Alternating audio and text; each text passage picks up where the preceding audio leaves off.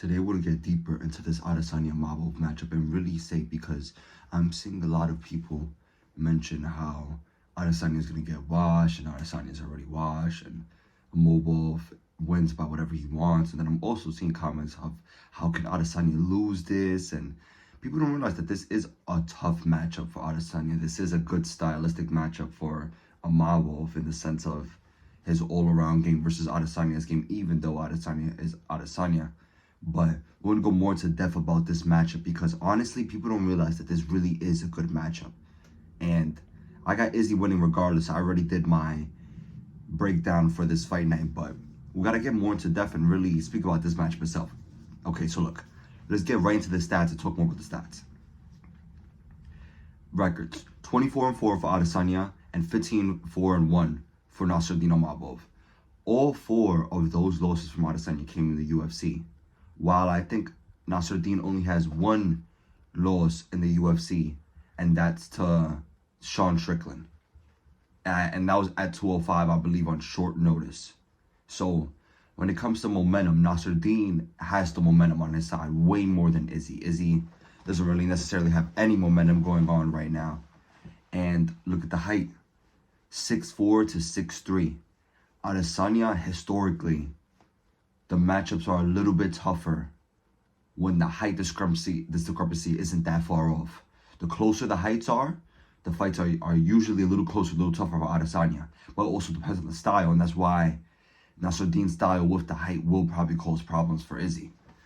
Let's get right into the reach. 80 to 75. Okay, Adesanya will have a 5-inch reach advantage, 2.5 on each arm, limb. That is a good little decent advantage. Nothing crazy, but that's definitely something. That's definitely something that Adesanya could take advantage of. But Nassoudine's striking style and his straight down twos down the middle is really good. So it's like, I feel like it wouldn't come into play as much as other fighters will because of the style Nassourdine fights at. And look, the leg reach is very similar too. So it's not necessarily going to be much of an advantage like that. It's only going to be a few inches on the arm. So looking at these stats right here, Nassourdine has the momentum. Nassourdine is close in height, and Adesanya has a 5-inch reach advantage. It really is going to be a close fight. People don't realize that Nassourdine is really nice. He's not known, and he doesn't really have the biggest fan base. There's nothing too flashy that he does that he's known for. His head kicks or his submissions or his grappling ability or anything. There's nothing too fancy that he does, but he's all around really nice. And he has a lot of battles in the UFC at this point to already have some type of experience going against Adesanya. Even though Adesanya will be hands down his biggest fight and all of his fights, period. Let's look at the win by. 67% KO, TKO Adesanya, 40% for Nassourdine, 27% sub for Nassourdine, and 33% for each. Average fight time, 18 to 15 minutes. And knockdown average, they're both low, under 1. Adesanya is a little higher. So here also clearly shows that Nassourdine has multiple ways of finishing.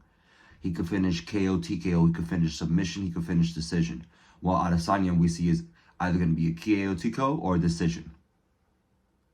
And in his last recent fights, it has been, a lot of decisions other than the Pereira knockout.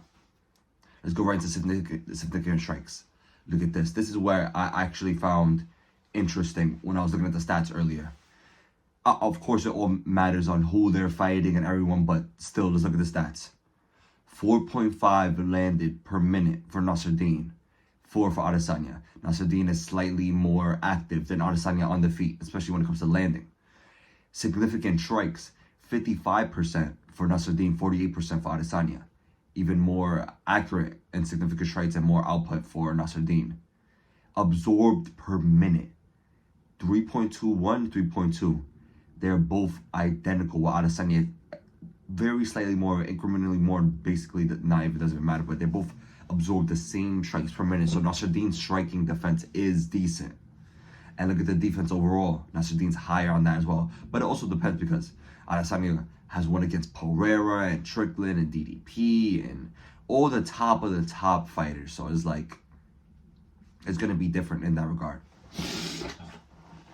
Sorry guys, I'm bussing, but you know, we still gotta lock in and make it the video. Look at the grappling, for me, because this is where obviously we know Adesanya's not gonna have any stats except for the takedown defense, but Nassourdine can have something. Takedown average, got nothing for Adesanya, while Nassourdine averages almost one takedown per 15 minutes. So he'll average almost one takedown per fight. So that's not necessarily in his game plan, but you know, he could if he wants to. Takedown accuracy, they're both low, doesn't really matter. 36-12, and takedown defense. Even Nassourdine's takedown defense is better than Adesanya's, but of course, this is where the competition comes into play and who they're fighting against, and the attempts. Look, nothing for Adesanya.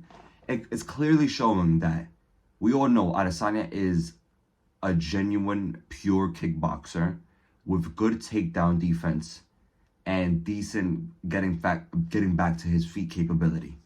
But other than that, we know Adesanya is not necessarily a grappler. He's not a submission threat. He's not a takedown threat. While Nassourdine has the capabilities of taking you down, of submitting you, and of implementing his grappling game well into his striking game. Now, let's look at the odds. It doesn't matter, but let's look at the odds.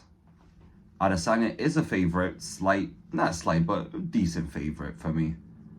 Adesanya, by decision, is favored as well. So people think Adesanya is going to win by decision. And I honestly agree with them because I don't see Adesanya getting finished. He could, but for me. So this is my honest opinion about the matchup. Adesanya has lost 3 of his last 4. Lost to Pereira, beat Pereira, lost to DDP, lost to Strickland.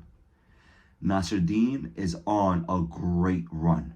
Only lost 1 fight in the UFC to Sean Strickland. And other than that, he's on a great run, beating Brendan Allen, Cannonier, a few other top guys. When it comes to momentum, the momentum is on Nassourdine's side, hands down. When it comes to experience and the veteran skill is on Adesanya's side, hands down. When it comes to this, now let's go aspect by aspect for the skills. When it comes to on the feet, overall on the feet, we'll have to say Adesanya for me because of the such high level elite kickboxing. But when it comes to mixing it up, period, from switching it from the feet to a grappling exchange, we'll have to give that to Nassourdine, hands down. And Nassourdine's clinch game is really good as well. And if you're new here, like and subscribe, by the way. Like and subscribe, join the MMA gang. Let's lock it. Come on, let's do this. Nassourdine's clinch game is really good. The way that he can switch from the striking to the clinch and get that tie clinching, get the elbows, get the underhooks, it's really good. And he does it effortlessly. He's not like Adesanya, who could clinch, obviously, but in MMA, that's not really his skills. That he wants the distance. He wants to throw his strikes and not get hit and keep it at a distance and range. When it comes to grappling, period, Nassourdine. So even though his style is not necessarily some crazy double leg shoot 'em takedown artist, but he definitely could mix it in really well. And he could strike as well. I know the fight will go, he's going to strike with Izzy. He's going to keep his distance as well. Throw those 1-2s down the middle, keep everything straight. Few hooks here and there, depending on the angles. And then he'll take advantage of, against the cage work, clenching, try to take him down to wear him out. Because it's going to be a 5-round fight, so he's going to have to implement other things as well. But we also know that Adesanya, if the first 2 rounds, he's the most dangerous in. If he doesn't get a finish in the first 2 rounds, history shows that there's not going to be a finish after that. He has never got a finish after the 2nd round in the UFC. So it's like, damn. I think Adesanya on the feet will look sharp. I think he'll look better than his last few fights. It's not a title belt. It's not forced in. It's not rushed. It's a fight night. It's a different opponent. It's fresh. There's no bad blood. There's no animosity. There's no shit talking. The energy has to keep cool. I feel like Adesanya will look really good on the feet. He'll look fast. He'll look sharp. I think Nassourdine will look to take him down. I think Adesanya would try to be as springy and on timing as possible. It'll probably be hard to take him down. But as the fight goes longer, that's where Nassourdine could honestly come into play with the grappling big and mixing it all up and wearing on Adesanya. But other than that, I genuinely think it's most likely going to be an Adesanya decision, in my opinion. I think Adesanya decision, and I think he's going to make it look good. I think he's going to look fast, powerful. I think we might see the old Izzy, because we haven't seen the old Izzy in a while. And it's going to be his first fight, non-title fight in about 12 title fights in like 6 years. 6 to 8, not 6 to 8, 6 to 7 years. I think we'll see a sharp, on-timing Izzy. I think Izzy could even get the finish. But Nassourdine does have good defense. And it's not going to be that simple to finish him. I think it's going to be Adesanya decision. Adesanya decision. And he's going to look really good.